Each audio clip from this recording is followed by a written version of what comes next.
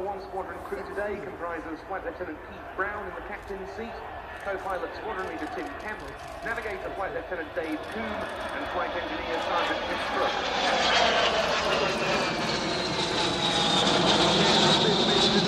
Due to retirement from service in the tanker transport role in 2013, but it remains very much on the front line currently.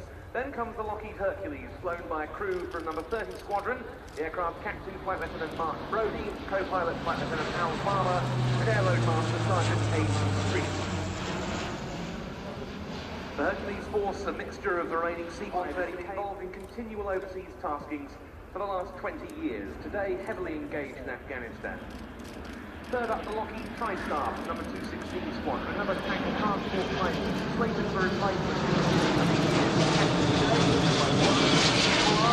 Joined by co-pilot Flight Lieutenant James Corbett, now the Boeing C-17 Globemaster 3 of number 99 Squadron. From an initial fleet of 4 leased aircraft, the first of which was delivered in 2001, the C-17 force has expanded, now RAF owned outright, the 8th having just been delivered this May, combining tactical and strategic transport. Bringing up the rear, the future of the RAF tanker transport fleet, the Airbus Voyager KC-1, based upon the Airbus A330 multi-role tanker transport.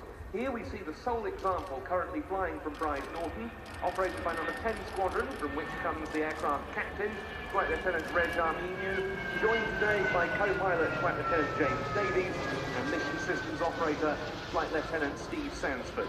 14 of these aircraft are being provided to the RAF. Following then in, test pilots Ed Strongman and Anthony Flynn with the Airbus military A400M, now known as the Atlas. That's the name it will carry when it enters RAF service.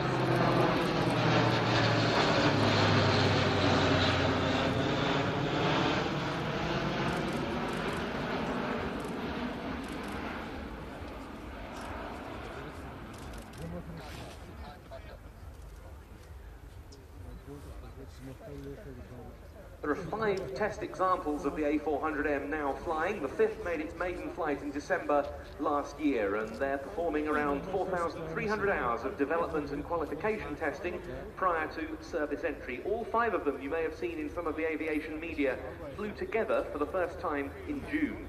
The 7th airframe, which will be the first for the aircraft's first operator, the French Air Force, is currently in assembly and is scheduled for its maiden flight in August prior to delivery in December. Let's play chicken.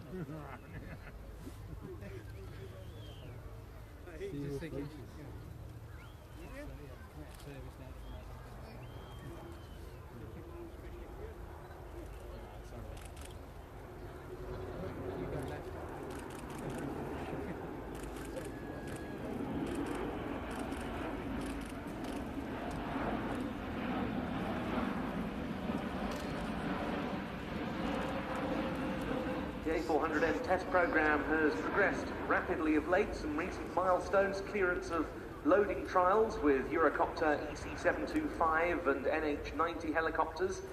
It's done unpaved strip landing trials at Cottbus in Germany, which were cut short by soft ground, high altitude testing in Bolivia, and refueling trials with an A330 MRTT.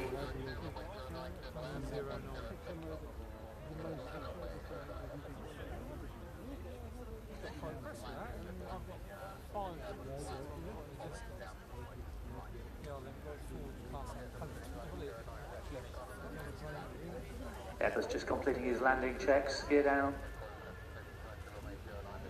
As Ben said, the only time you will see the A400M fly at an air show in the United Kingdom this year. I'm sure that shape will become a familiar sight at air shows for many, many years to come. And indeed in the skies in this part of the world, when the Atlas begins to be based at RAF flies north of the which we look out into the distance. You can see the Atlas involved in the competition just on the track into the cover.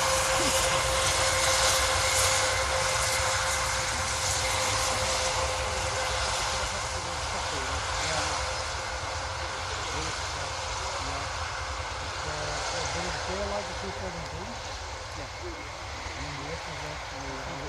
Okay, we'll take another 10. If no one's gonna jump in.